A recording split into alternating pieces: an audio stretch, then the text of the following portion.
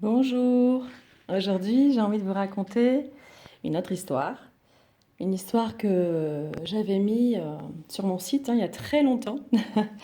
Et, euh, et quand j'ai eu l'envie, projet d'ouvrir ma chaîne YouTube il y a 2 ans, je me suis dit que cette histoire ferait partie des histoires que je raconterais sur ma chaîne YouTube. Donc l'histoire que je vais vous raconter aujourd'hui, la quatrième je crois, ou la cinquième, le pêcheur mexicain. Un investisseur américain se promène au bord de l'eau dans un petit village côtier mexicain. Un bateau rentre au port contenant plusieurs thons.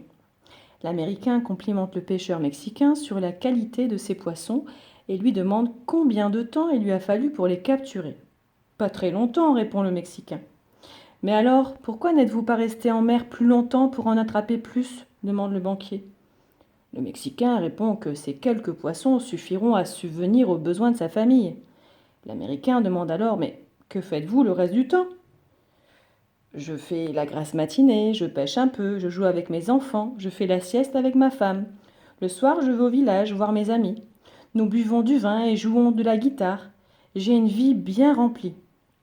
L'Américain l'interrompt: j'ai un MBA de l'université de Harvard et je peux vous aider.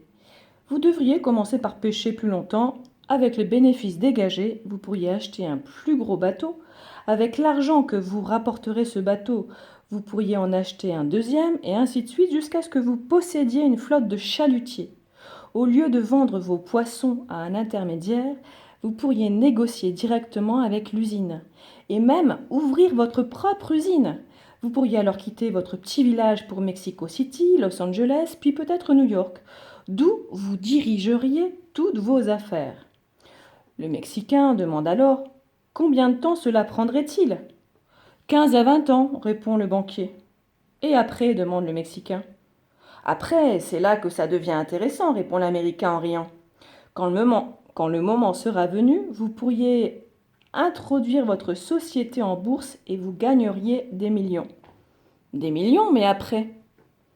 Après, vous pourrez prendre votre retraite, habiter dans un petit village côtier, faire la grasse matinée, jouer avec vos enfants, pêcher un peu, faire la sieste avec votre femme et passer vos soirées à boire et à jouer de la guitare avec vos amis. L'auteur est inconnu.